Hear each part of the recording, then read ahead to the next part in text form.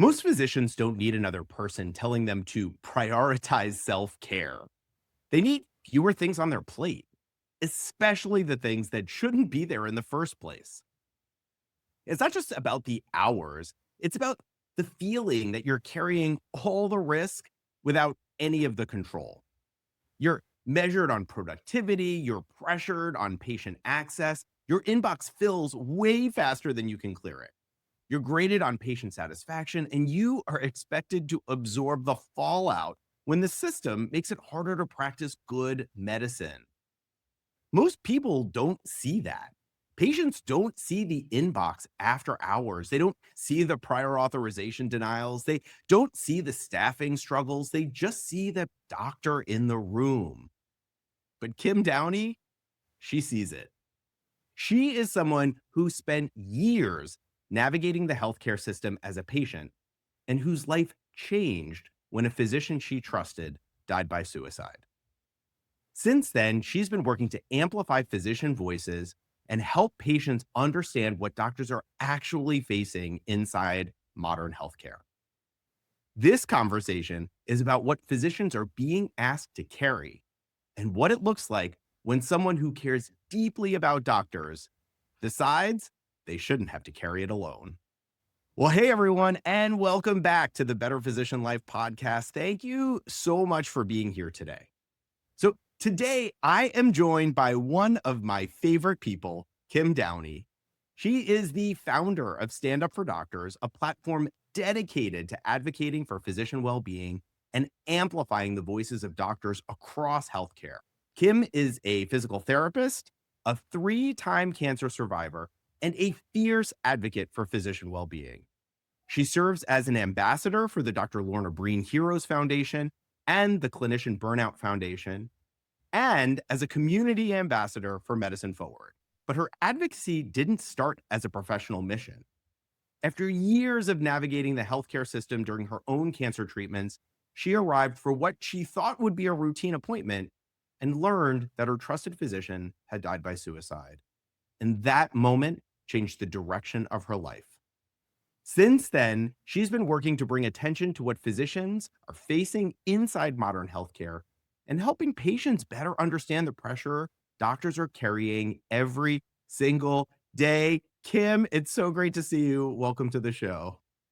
Thank you, Michael, for this opportunity. It's quite an honor. Yeah.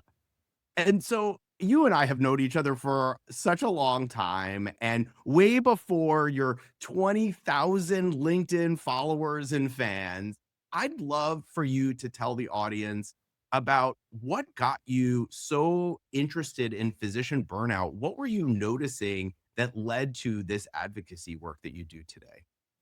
Yes, so when I was having all of these doctor appointments, there were a few things that struck me in contrast some physicians with other physicians. So there were some physicians where I felt like they were wheeling out before they were wheeling in. The visits were in 10-minute increments, and I felt they didn't really have time to hear my story or why I was there.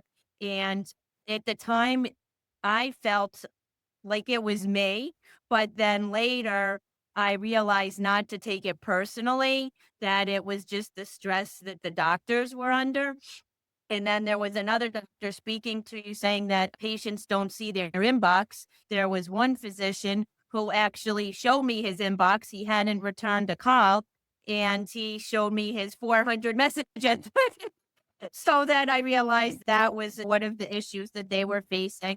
And then one physician had shared with me that the internet was slow for the whole system and how that impacted them in the afternoons, especially. And it affected and how fast they were able to get orders in for the patients and just the flow of their afternoons. So those were a few things that I noticed during my visits. Yeah, and these are things that come up all the time as I am speaking to physicians, issues that physicians bring to physician coaching all the time about the patient messages and the in basket and trying to keep up and wanting to do a great job and wanting to respond in a timely fashion and wanting to be present. And it adds so much pressure to our days and navigating the different aspects of the system. And a lot of patients don't understand or realize kind of what is going on in the background. Talk to me a little bit about the advocacy work that you're doing. You're involved with all of these incredible organizations to help doctors. Take me through a little bit about the work that's being done behind the scenes to support physicians. Sure. Well, first I have to thank you because I wouldn't be doing any of this if it wasn't for you. And one thing we'll be speaking about is our books. And in this, our second book, collaborative book, White Coat's Human Hearts, True Stories of Healing, Belonging, and the Courage to Stay Human in Medicine, I dedicate it to you. And I just wanted to say when I write in the dedication is, to Dr. Michael Hersh, with tremendous gratitude for all of your guided support, kindness, and friendship. You too will always have a special place in my heart. So I wanted to start with that and to thank you. And it might sound kind of hokey, but that song I was just thinking before we hopped on, that Wind Beneath My Wings.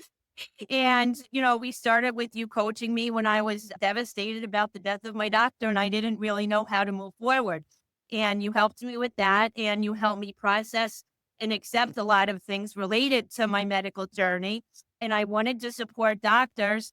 And you were the one that connected me on LinkedIn. I didn't even know how to make a connection. And you're like, oh, you click the three little dots. You're like, oh, I'll just send you a request. And because you and I were connected and I had been communicating just a bit with your guests from your other podcasts, then those doctors started talking to me and I was having conversations with them because I wanted to know how I could help my own doctors and I thought they might have ideas for me.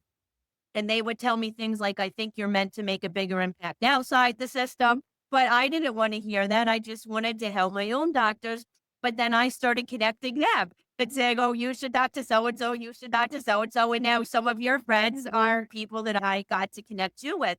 So that, and then by the fall, some people have been telling me I should have a podcast, but I was telling you, like, I don't have a website, I don't know how to do a podcast. And then you were like, well, you could just have a YouTube channel. So I started within 3 weeks. I was recording my first episode, and now I've recorded 150 episodes. And we keep going. I always have about at least 60 or 70 people waiting to be guests. So we have the YouTube channel, which is now available on Spotify and Apple and Amazon and all of that. And then I was sending my own doctors a monthly summary of my advocacy efforts. So then they had a patient trying to help them. And then in the summer 2024, that turned into a Substack newsletter. So now I share my monthly advocacy efforts with more people. And then, as you know, a year ago, January, we reached out to the first 15 doctors who were guests on my YouTube channel. And I believe you have that book behind you as well. White Coats, Courageous Hearts, True Stories of Doctors Reclaiming Their Humanity in a System That Challenges It. And we dedicated it to my doctor. And then you write the foreword and one of my favorite chapters in the book. And then there's many more stories to tell. So we reached out to the next group of people who are guests on my YouTube channel. And as I shared, we just came out with this book. And this one features 11 physicians, 2 physician spouses, and 2 patients, because I think it's really important to share all of those perspectives. And also, we're planning an incredible physician retreat for this fall, October 9th to 12th, for physicians only. And it's going to be an incredible event that'll really be so filling for doctors. And there's going to be learning and fun. And you're going to be there. And who wouldn't want to spend the whole weekend with you? So, those are some of the things. Amazing. Yeah. And this isn't just any copy of your book behind me. This is the Kim Downey signed copy that's behind me. And it's really amazing to have watched your trajectory because, as you were kind of beginning to highlight, when you first were thinking about physician advocacy, you were thinking about what did physician advocacy look like in your backyard, right? You were focused on the physicians. You were noticing how kind of hurried and rushed they were, how stressed out they appeared, how they were struggling to keep up with their in baskets. And the initial goal was, how do I help my doctors? And what has grown from that is a passion for advocating for all physicians. Because as you have had more and more of these conversations, you've recognized that the issues that you're seeing in your backyard are not local issues. They are really quite prevalent and impacting all physicians. And I'm curious, we hear a lot about the terms like burnout and moral injury. And you talk to a lot of doctors. And I'm curious, what are you noticing in terms of trends in these terms of burnout and moral injury, and what doctors are just experiencing in their day to day? Sure. And one thing I would like to say first is, how we just talked about how I did notice certain things with some doctors. But what I have to say is there's a group of my doctors who still manage to be so present. And I've left some of my visits once I said, well, that was a darn good doctor's visit. And it feels sacred. And they do take the time. And it's made all of the difference to me. And I love my doctors, and it's sometimes I even worry, like, for the best ones are the ones who are there for me, like, at what cost to them. So I just wanted to highlight that sometimes they are, and I always wonder sometimes, how do they do it? How do they manage to be so present and keep walking in another room and another room and another room, and just being so present and really listening and being there for me. So I know some doctors now don't like the word burnout. They're saying we shouldn't be calling it burnout because then it feels like a physician problem when it's really a system issue. And they think it's really, we should be using the term moral injury.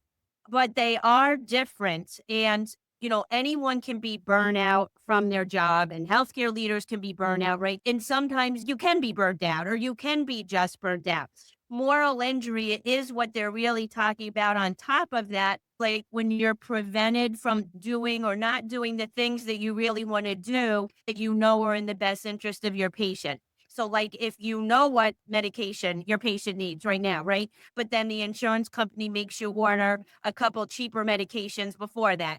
And you might be so frustrated because you're like, what your patient needs and they're going to suffer longer. Plus, you went to medical school and these things, and it's demoralizing. So I think a lot of it with prior authorizations, all that stuff, when you're talking to somebody who's either never practiced clinical medicine or hasn't practiced in a long time or isn't in your specialty, and you're trying to explain things to them, and it can be surgeries even, right? If and they might want a patient to try like physical therapy for 6 weeks, but there are certain cases where the surgeon knows in this case they need surgery and they feel bad. And then sometimes it's actually life threatening or life altering. And sometimes patients even die because of these things. So it's those kind of things that really is the moral injury that can really weigh on a physician on top of burnout. So you can have burnout or moral injury or both.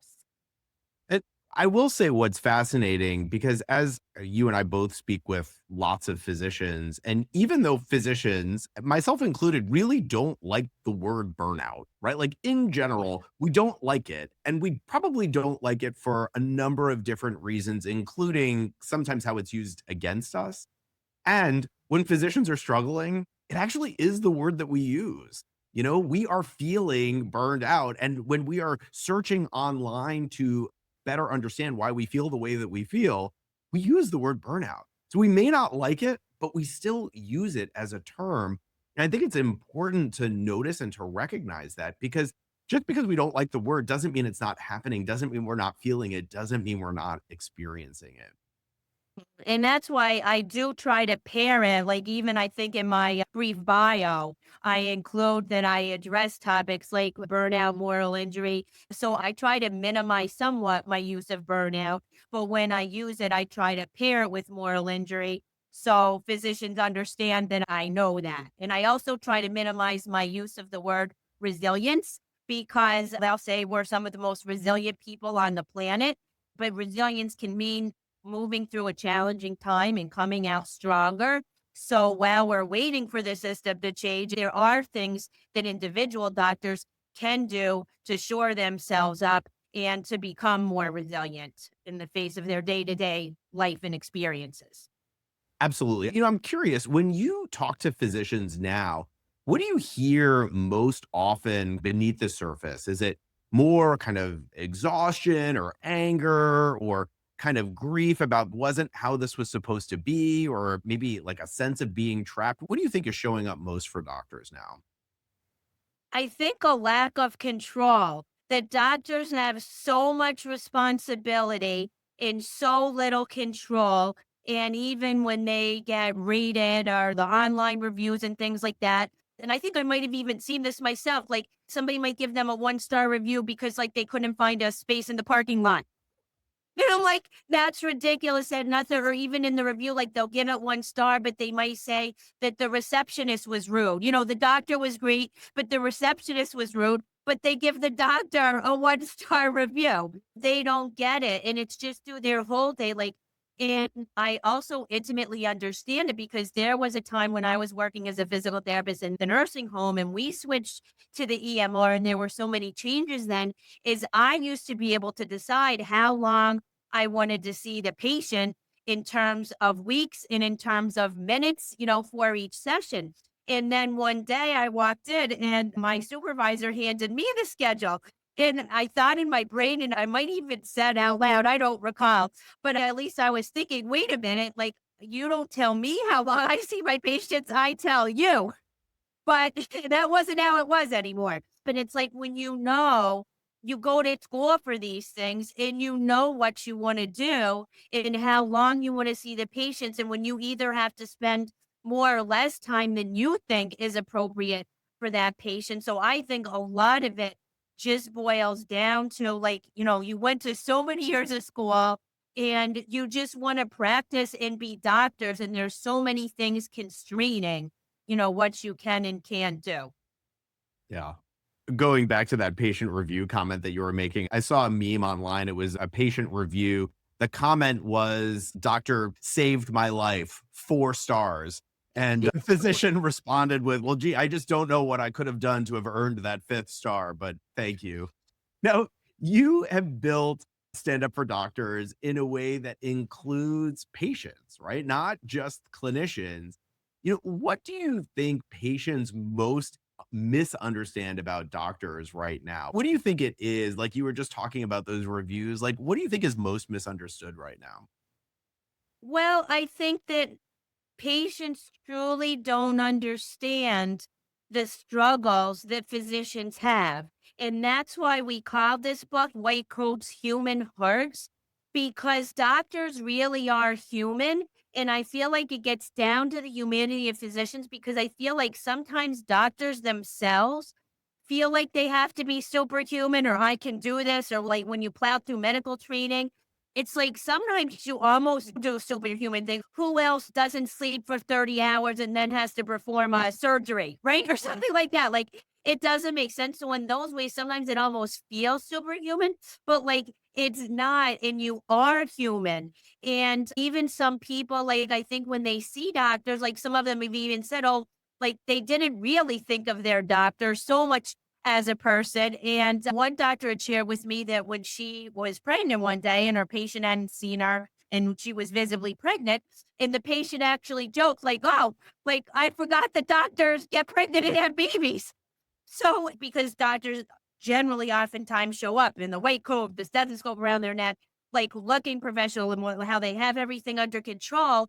But people don't realize what's behind that, that you have all the same kind of struggles as other people do. Like, and doctors have shared everything for, like, some have gone through a divorce. Some have lost a parent or a child. They have health issues themselves. They've had cancer. Family members have cancer. They have family members with addiction. They've been abused. Like anything that happens to regular people happens to doctors too, because you are people.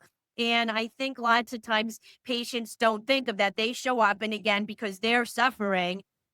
And it's almost like, I guess they might think of doctors as robots. Well, I'll just tell them this, that, and other, and they'll fix it or they'll fix me, that they aren't really looking at the eyes and heart and soul behind the white coat, although that's not universal. Yeah, for sure.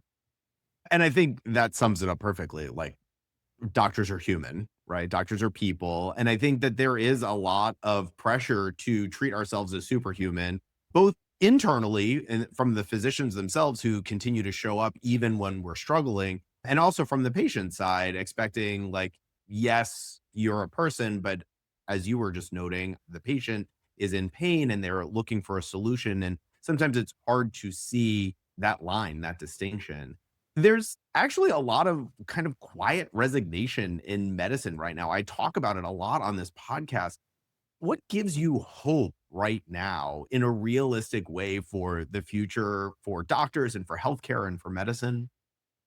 I feel like doctors are talking about it a lot more. And I just last week had a conversation with a seasoned psychiatrist, and I asked him if this was true. And he said yes, because all of this happened to me since the pandemic started. So I wasn't involved in these spaces. But I said I felt like before the pandemic, that doctors even more were told, put your head down and just keep going, or they had to be more stoic, or they weren't willing to be vulnerable or any of those things. But when the pandemic was so bad, so many doctors, if they could, they left medicine or they suffered and struggled. But also, some of them, their practices slowed down and they wanted to figure out how to help themselves. And so some of them saw coaching and then went on to become coaches, such as yourself.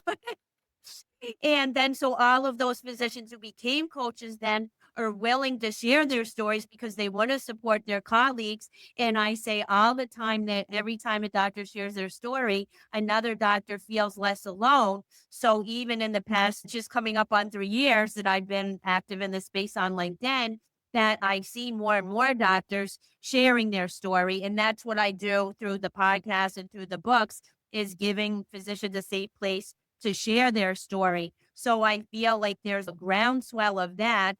Plus, in a week, I'm speaking with a few people, a couple of physicians and someone else, and we're trying to figure out there's doctors have the answers to a lot of these things, and they have solutions. So we want to bring physicians to the table and get physicians together to talk about solutions, and also simultaneously for physicians who are struggling, how do we support them? Because if you're just trying to keep your head above water, you're not in the thinking space to do innovation and solutions. So it's also critically important. And I'm just trying to figure out how to make an even bigger impact with both of those things. Amazing. So there's probably a lot of doctors out there who feel like I can't change the system and I'm tired of carrying all of this. And I'm curious, you are so involved with this advocacy work. Is there anything that you would suggest to those physicians, like a small way that they can begin to engage with advocacy without needing to take it on as another job? Yeah, there's so many different things that doctors can do. So the organizations that you mentioned in the beginning, like Medicine Forward, and then there's also Healthcare Reinvention Collaborative and the Clinician Burnout Foundation, Dr. Lorna Breen Heroes Foundation, which focuses on mental well-being for physicians. And they've made incredible strides in the past 2 years as far as things like removing intrusive questions on the licensing exam. So anyone can become an ambassador. You can fill out a form and there's many doctors on there. It's not solely doctors. We have quarterly calls, and the doctors always say they find it so motivating and inspirational to see that there are action steps and there's things being done. And there's even like subgroups that doctors could agree to join within that, that if they say, well, I want to focus on this or I want to focus on that. And then also, like I said, I'm in contact with doctors who are innovating and they could reach out to me and I would find a space for them. Amazing. You started to mention some of the incredible work that you have been doing. You mentioned the 2 books that you've published, which just for clarity purposes, these are stories from real physicians navigating lives and careers in healthcare, and I think that they provide such an important piece of normalizing what it is to be a human and a doctor and navigating all of the things that come up for all of us. And talk to us about that. And then I'd love for you to tell everybody more about this retreat that you have coming up in October of 2026. Sure. So about the books, I feel like when doctors read these, and also the people who have endorsed the book, well, actually, Keith Joliffe had shared in the first book that physicians are speaking up not because it's easy, but because staying silent costs too much. And when doctors read these stories, they'll feel less alone. And one doctor told me that when she read this book, she felt like somebody was giving her a big hug. So it just validates all of your experiences. And then the great thing is my website is standupfordoctors.org and there's a books tab and you can see the faces of every physician who wrote chapters in each of these books, including yours, with how our listeners or the readers can get in touch with those doctors. So if a chapter resonates with you, you can actually reach out to that doctor. And in the first book, the chapters are everything from connection mitigates trauma, when the doctor becomes the patient. We talk about workplace bullying, vulnerability, and the power of boundaries, unique challenges of really career physicians, self compassion, and the power of storytelling. So any doctor will see themselves in some of these stories. In then this book, we speak to things like preserving the physician patient relationship, processing grief. Am I cut out to be a doctor? Rediscovering joy in medicine and reclaiming awe. Supporting yourself outside of medicine to feel better inside of medicine. From isolation to belonging. How to become unburnoutable. And leadership, building trust and positive culture in healthcare. So I don't think there's any doctor who would read this and not see themselves or not feel a little bit better by reading it, and hope, because they're messages of hope. And then also hearing stories from physicians, their gratitude to physicians, and then also hearing from a couple of physician spouses, because when it's not only a life of sacrifice for the doctor, it's a life of sacrifice for the physician family. And not only do doctors not often receive the gratitude they should be getting, physician families rarely, if ever, do. Yeah. And for those who are listening, the title of the first book was White Coats, Courageous Hearts. Yes. And the second book. White Coats, Human Hearts, and they're both available on Amazon in paperback and Kindle. And we would really love reviews. That really helps the books to reach more people. And then tell us about this retreat that you have coming up in October of 2026. Sure. So it is just so exciting. I cannot even wait. And it kind of started. So Dr. Tamara Beckford and Dr. Jillian Rigard had shared a little video a couple years ago when they were dancing. And I said, "Oh, you guys have great dance moves." And then Dr. Tamara Beckford started joking around saying, "Oh, when are we going to have a dance party?" And she lives in Texas. They both do. And so at first I was kind of laughing about it, but then I was like, well, I've connected so many doctors and you become real friends with some of them. But I'm like, you would never get together because you're different specialties and around the country. Like there isn't one conference that would draw you out. And I was like, well, I could do it. And I'm turning 60 in October and I want to celebrate doctors that are keeping me alive. So I'm inviting my own physicians, and I believe they at least plan on coming to the gratitude dinner on the Saturday night. And I want to show them I'm bringing all these doctors that I've met to them. And the first night will be a welcome dinner, and then it's all by doctors and for doctors. So there's going to be improv for doctors, and it's just going to be fun icebreakers. And then through the weekend, there's going to be various topics and activities, and the physicians are choosing the topics that they know that their colleagues would want to hear about, everything from incorporating trauma-informed leadership for doctors and patients to boundary setting, reclaiming your time, the inner critic, all of those kinds of things. And then we're interspersing that though with activities that bring you into your body that are good for other people and doctors too, because doctors are people. And that'll be everything from Dr. Beatrice Olson, a functional medicine endocrinologist and an artist, and we're going to have abstract art. So you don't have to know anything about art and you can participate. And we're going to have a little line dancing and why right in a drum circle and just so many different activities, and everything is optional.